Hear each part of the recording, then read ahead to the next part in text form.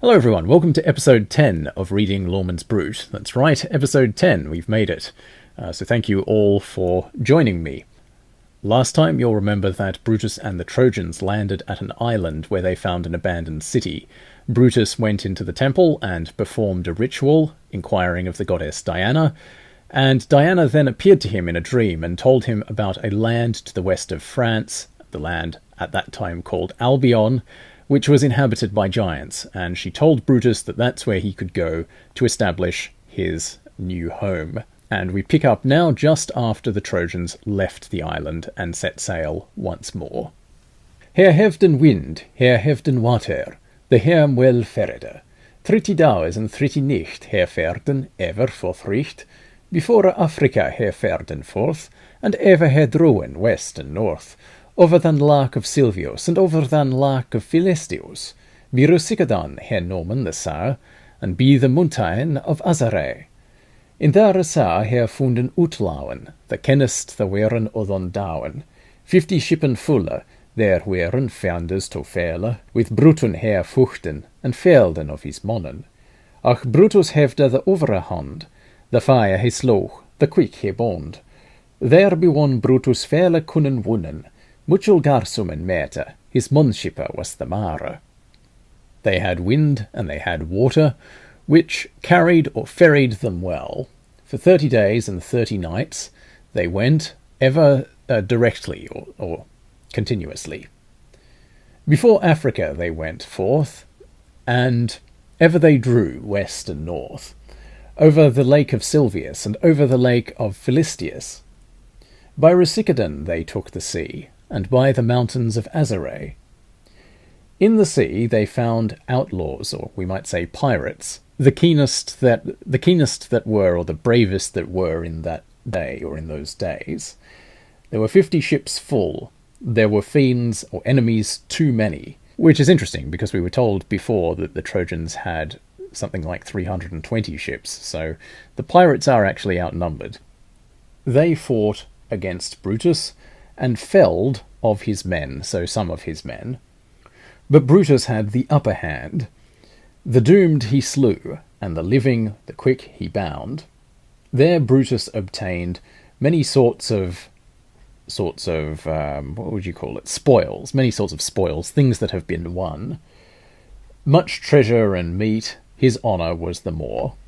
Nevde Brutus neneswa Layamon, that gold and pearl ne doed him on. Then on he ferden forth, wel fele dauen jonge.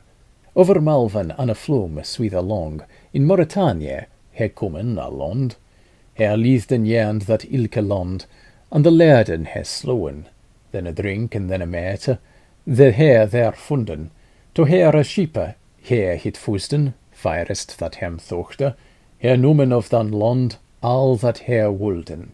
Da ferde he forth, Her farth was on sele, muchel acht her havde bewonnen, da kommen her to dan bunnen, the Hercules makede, mit muchelen his strengthe, that weren postes longe, of marbenstane stronge. Brutus did not have any man so poor that he did not put gold and fine cloth on him. He went forth thence from there, a journey or a going well many days, over the Malven, a river very long. In Mauritania they came upon land. They went throughout that very land, and they slew the people. Then we're going to jump down to line 655.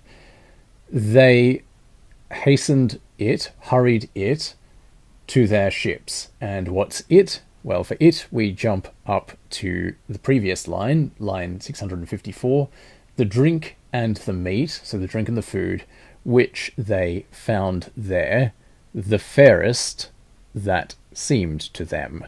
They took from the land all that they wished. So who are the real pirates here? I mean, really, come on, Brutus, you can't do this. It's not cool. Then they went forth. Their journey was well or fortunate. Remember what we said several weeks ago now, I think, about adjectives. When they're used with a preposition, they get turned into adverbs. And so that's what we have happening here. Many possessions they had obtained. Then they came to the boundaries that Hercules made with his great strength. They were long or large pillars of marble stone strong, that taken maken de Hercules, that land that there boeten was, sweether broad and sweether long, al hit stod on his hand. There herfunden the merminen, that bearth there of muchel ginnen, weefmen hit thunchet fully wies, beneer thon gordla hit thunchet fies. There's habeth swa murie song, ne bear the die na swa long, ne bith na man weary her a songes to heron. It is half mon and half fies, it half this worst taken fully wies, for his werk is bearth swa sweta, that failen men her ne machen for leten. Hercules made that sign, that the land, which was thereabout, very broad and very long, it all stood in his hand, it all belonged to him. There they found the mermaids, which are creatures of great craft or great trickery. This is the word that gives us deer. Remember I said last time that it doesn't mean deer as we mean, deer in the forest with antlers. It means any sort of creature. It seemed that they were women, indeed. Beneath the girdle, or the waist, it seems a fish. These have so pleasing, so merry, but here we might say enticing a song, that the day may not be ever so long, that any man is weary to hear, or of hearing, their songs. It is half man and half fish, or half human and half fish. It has the devil's sign, indeed. For his works are so sweet that many men cannot forego or leave off them being the devil's works. And this is standard allegorizing of the mermaid in the Middle Ages. You'll notice that the mermaid is conflated with the classical siren. There are a few different variants, actually, in the Middle Ages. There's one but they're always half woman, half something else. So there's half woman, half bird, which is, of course, the oldest form, the sirens in classical antiquity being birds of some sort. And then, of course, the one that we have here, which is the half fish, half woman, so the mermaid.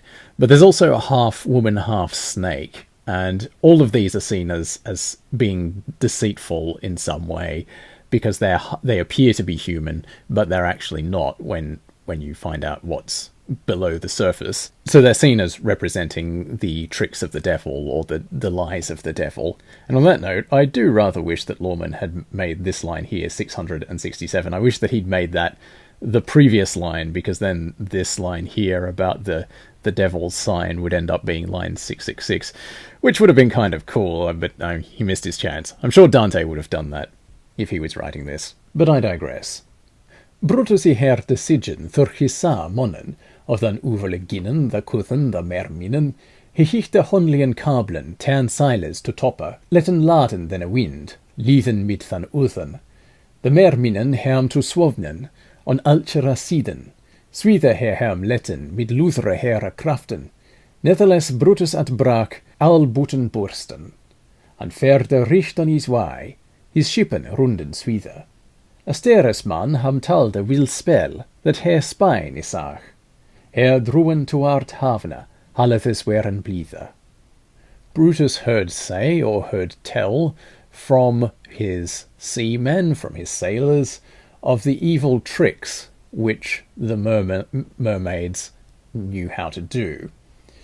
He commanded to be handled cables, so people are pulling the ropes, tightening the ropes, the sails to go to the top of the mast, so they're spreading the sails, to let the wind lead, to go with the waves, so they're going as quickly as possible. The mermaids swam to them on each side. They hindered them greatly with their evil crafts, or their wicked crafts. Nevertheless, Brutus escaped, all without injury. And he went straight on his way. His ships ran quickly, so they sped on. A steersman, or a helmsman, told him the good news that he saw Spain. They drew towards the haven, the harbour. The warriors were glad, were blithe. Tot an land her ferten, der her le folk funden. For thrum ferten der wonen fel 1000 god knichtes, the god wären to fichten. Theirs wären here sibbermen, it was the bet mid hem. Theirs for ferten from Troje wären I flamed, at en år hemlede, there was lede alder. And he mid dan folk flech out of Troje, the Greekes hit bewonnen, mid here a walslachte. To the land they went. There they found a dear people, dear folk. A 4-companied army, so an army divided into 4 segments.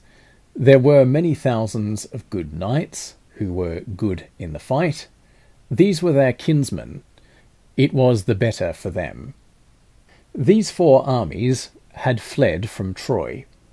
Antenor led them, Antenor who was the leader of the people.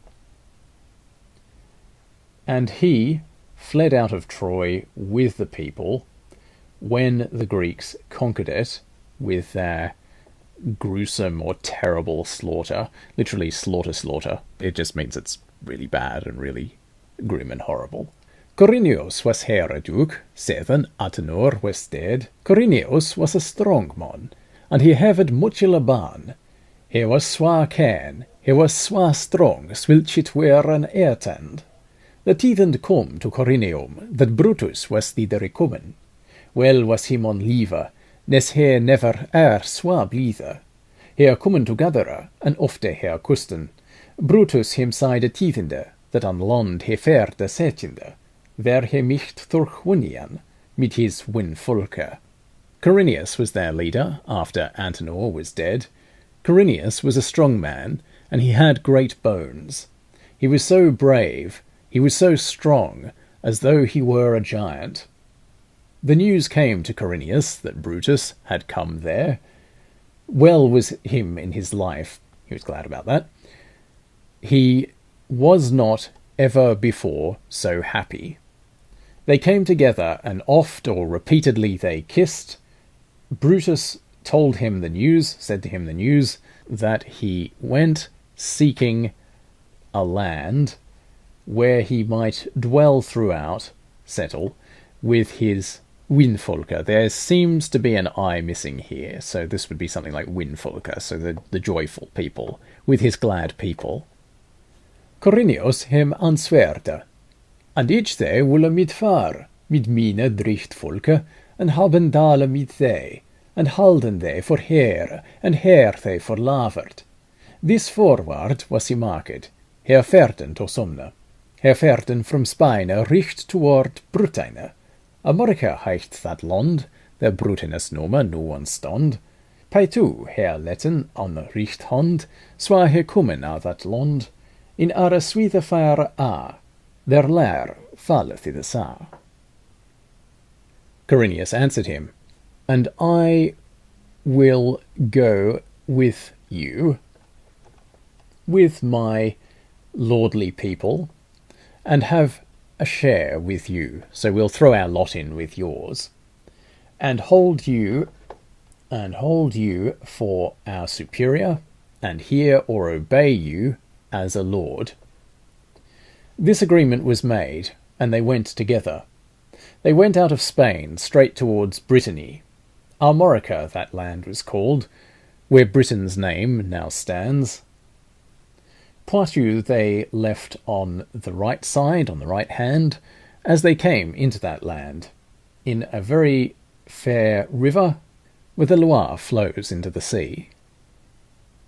And that's where we'll leave it today. Well, thank you for joining me. Thank you for joining me for 10 episodes, in fact. As ever, if you have any comments, questions, suggestions, or corrections, please don't hesitate to let me know.